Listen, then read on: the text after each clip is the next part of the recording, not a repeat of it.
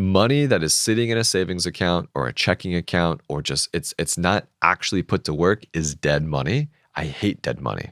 I want all of my money to be making me more money. Where are like places somebody can take 10 grand and generate passive income? I want people to be thinking about making their money work for them. To the generate income, we all know dividend ETFs and dividend stocks, right? The dividends they pay, money deposited to our checking or our brokerage accounts, but we can use And that. just define what is a stock versus the ETF? Yeah, so a stock is a company like a Lowe's, a Home Depot, a Costco. It's publicly traded on the U.S. stock market. These are companies who are obviously want to make a profit. They want to share these profits with their shareholders. And so as an investor into this company, you will be a shareholder that they want to make profits for. An ETF is a basket of these types of stocks. So think about it as just a bunch of stocks put together in a basket, and the price of that ETF moves up and down with the underlying value of those stocks. So ETFs have different themes. You can have, a theme of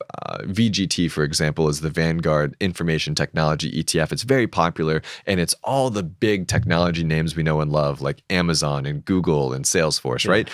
There's also AI-specific ETFs like AIQ.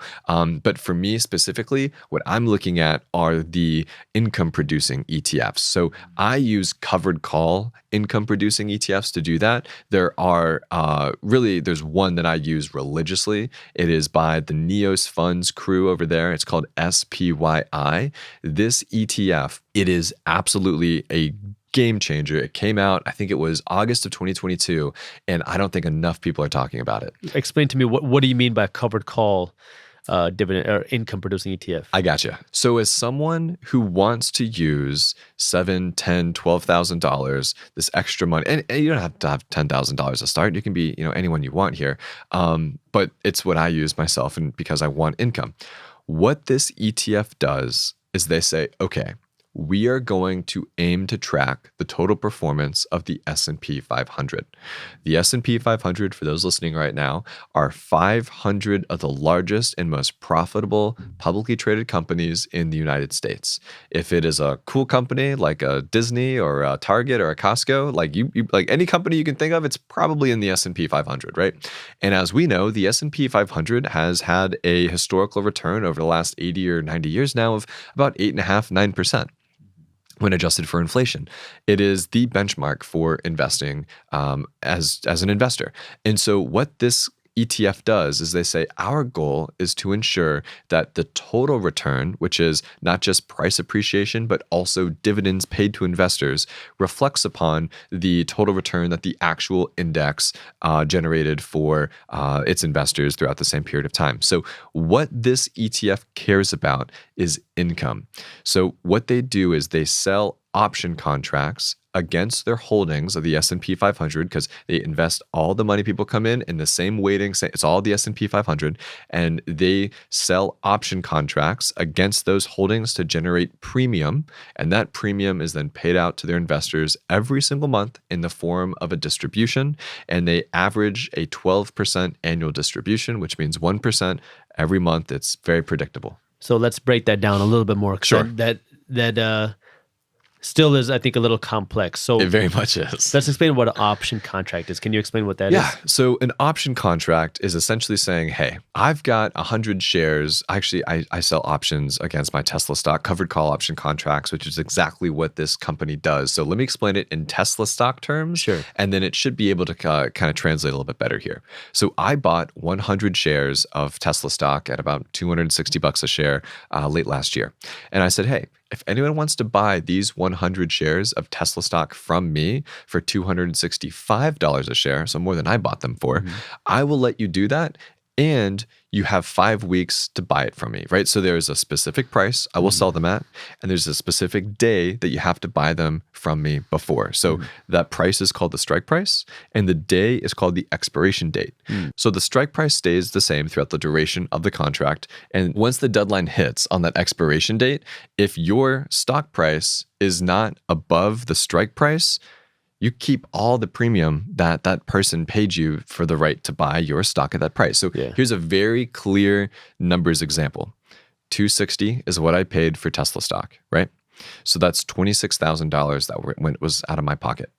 I said, if anyone wants to buy these from me for $265 a share, so I'd profit $500 by selling them for more than I bought them for, you can do that before, I think it was October 25th of 2023. I bought them and I did this contract on September 12th. So I gave it 5 weeks. I was paid $1,500 in premium income from someone on the internet. I was paid $1,500 upfront for that. Yeah. So that $1,500, when you think about 100 shares that are being kind of traded here, it's $15 per share. So if the strike price was $265 and the cost of the purchaser paid me an extra $15 per share, that means if the Tesla stock was above $280 by the expiration date, they would want to exercise their right to purchase it at $265, and they would, make a profit. They'd arbitrage the profit there. So if it was at $400 a share, and they could buy it for $280 adjusted, then heck yeah, they're going to want to do that, right? So essentially, it's a form of trading where you have it for $260. This person may or may not want to invest in Tesla, and so what they say is, I'm going to give you $1,500, and this $1,500 I'm giving you as a payment is money to you, but it gives me the right to purchase your stock for $265. Right. And so now if that price of the Tesla stock goes above $280 because it's $265 that I have to pay you plus the extra fee, if it goes above $280, I'm going to make a profit. If it falls to, let's just say $200 a share, I'm going to lose money, but I don't actually own the stock, so I only lose the $1,500 that I gave you. Exactly. So it's a form of trading is what you're trying to say, right? That if it goes above, if I think it's going to go above 280, I'm going to just give you this extra fee, and then all the additional profits above 280 are mine. Is that correct? That is correct in the eyes of the person that's buying it from me, right? As someone who owns the stock, I obviously don't want it to go up there. I want to keep this guy's money, right? You want the money. Exactly. And keep the stock. And keep the stock, which I've done for the last 4 months now, is I've generated $4,050 doing this with Tesla, and I have also kept all 100 shares of the stock, which is great. And we can talk more about But if the they do strategies there. end up taking it, you still walk away with a profit. That is so it's true. a win-win for you. And what people don't talk about too is rolling the position, right? So let's say I've got a 265 strike price, and let's say Tesla did go up to $300 or something, right? So something very, they'd want to exercise this contract. I can roll my contract forward, which essentially buys and sells on the same time in Robinhood. It's very cool how they do this, but they make it so, okay, your expiration date is February 15, 2024.